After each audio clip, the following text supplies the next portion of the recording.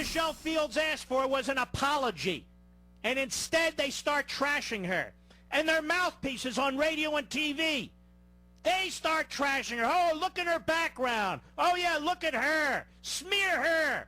Is this what the hell you want in the White House? That was conservative radio host Mark Levin sounding off about the unfolding case surrounding Trump campaign manager Corey Lewandowski, who is now charged with simple battery, a misdemeanor, after he allegedly grabbed former Breitbart reporter Michelle Fields, causing bruising.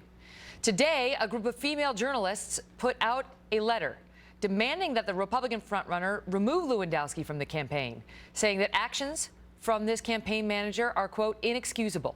16 women signed that letter to Mr. Trump, including two of the women you see right here, Katie Pavlich and Dana Loesch. Katie's a Fox News contributor and editor at townhall.com. Dana is the host of Dana on the Blaze TV. We are also joined tonight by Susie Wiles. She's the co-chair for the Trump campaign in Florida, and Sarah Huckabee Sanders, who's a senior advisor to the Trump campaign. Thank you all for being here tonight. Thanks, Megan. Katie, let me start with you on why you thought this was necessary.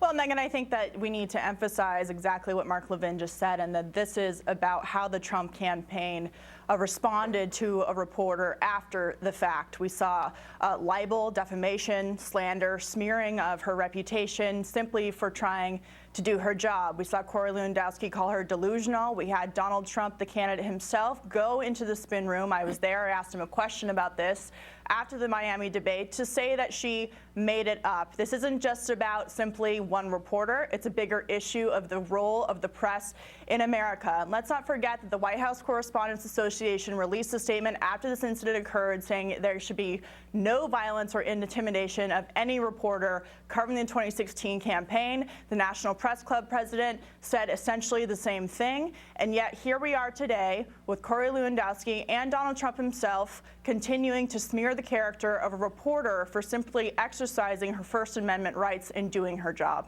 Sarah, let me get your response to that. In particular, the White House Association, Press Association, suggesting no reporter should be intimidated from doing her job in 2016, including Michelle Fields. And I don't think anybody on the Trump campaign disagrees with that statement. I think the real disagreement comes from the fact that I've watched the video many times. I encourage everybody else to watch the video. And if you do, I think you'll see that by doing that, nothing took place here that is out of the ordinary in any day on a presidential campaign. All right, let me just stop you there. Let me just stop you there. Let me just stop you there, because it is unusual to have the campaign manager for a presidential frontrunner cause bruises to you, which is what she says happened. And the thing is, Sarah, so even if you say, okay, he didn't grab her that hard, or I don't believe that he caused the bruises, what happened in this case is that the Trump campaign and the campaign manager denied it and said she was delusional, that she was a liar, that she was attention-seeking, that she made the whole thing up, pointed to prior reporting of hers and called it into question. Now we see the video that shows he did grab her. Indeed, his lawyer just admitted on camera he grabbed her, he touched her. So that's where the intimidation comes in. First, they tried to say she was a liar. Then when it was on camera, now they try to say, nothing, it wasn't that bad. I don't think it's an intimidation factor here. I think, again, if you watch that video, you'll see there's no malice, there's no direct intent here. Yes, I think he touched her, but I don't think it was in a way of intimidating her. But what happened after the fact, Sarah? What happened after the fact that I just outlined for you? Now, Megan, I've been in the spin room many times, hundreds of times, and press scrums, and there's always back and forth. I've been hit in the face. Yeah, but you're not getting to my point. You're not getting to my point. And I've which never is followed. The intimidation comes after the fact. You see, when they try to gaslight her and make her think she's crazy and make us think she's crazy. Well, I think that goes both ways. I think she came out and alleged that something took place that never took place and made it sound like she was brutally attacked, and that was something that's just simply not true. Okay. And I think you have to look at both sides of the story on that, that she was trying to pressure and intimidate not just Corey, but Donald Trump and his campaign. Dana Loesch, your thoughts I think on it's that? very unfair to... Your thoughts on that and the fact that the Trump campaign is now saying, really, she overstated what happened by saying that they tried to pull her down. Now, she did state that she remained, balanced and that she did not fall down, but they're suggesting she overstated what happened. Yeah, I think the whole thing's been blown completely I mean, to answer your question, Dana Loesch. Megan, Go ahead. Well, to answer your question, Megan, I think the only people who've ever said that she was brutally attacked in any sort of way or used that phrase have been people trying to excuse Lewandowski's actions. She did say that her arm was yanked to the ground, but she did regain her balance.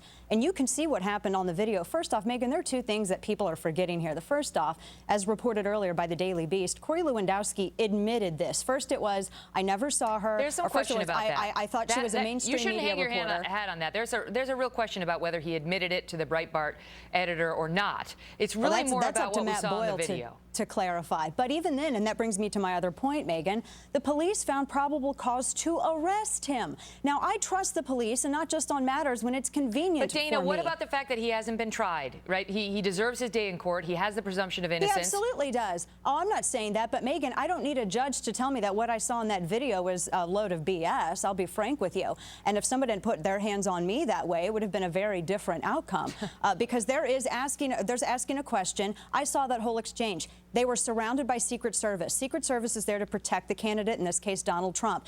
You can't tell me that they did not already assess the people in the room and assess her as not being a threat. In fact, Lewandowski had to get ahead of the Secret Service agent to touch her. I did it in defense of Donald Trump because she posed a threat. He said it never happened. Susie, the campaign said it never happened. Donald Trump said she made it up. And now we see the tape, and no one comes out and says, you know what? This was a misunderstanding. He didn't realize that this was a reporter. He saw somebody reaching for the presidential candidate. He tried to stop it. He is sorry that she got hurt. He didn't mean, like, why did it have to get to this point, Susie?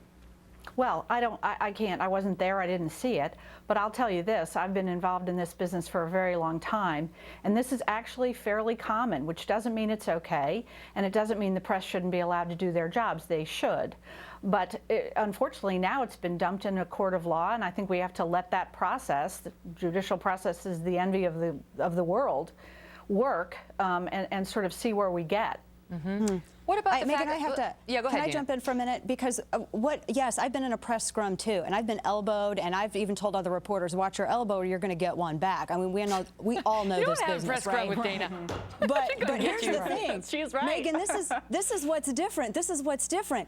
I have never seen an instance where a campaign manager then goes on a 2-day rant about the reporter and is slandering her, smearing her. Let's be honest, Sarah. That is meant to send a message to her that they're going to come after her and to other reporters, and let it be stated for the record that this man, Corey Lewandowski, is the very same man who called up the Fox News D.C. bureau chief and threatened yours truly prior to a presidential debate about what would happen if yours truly showed up and asked tough questions of Donald Trump. And Fox News has gone on the record about that, Sarah.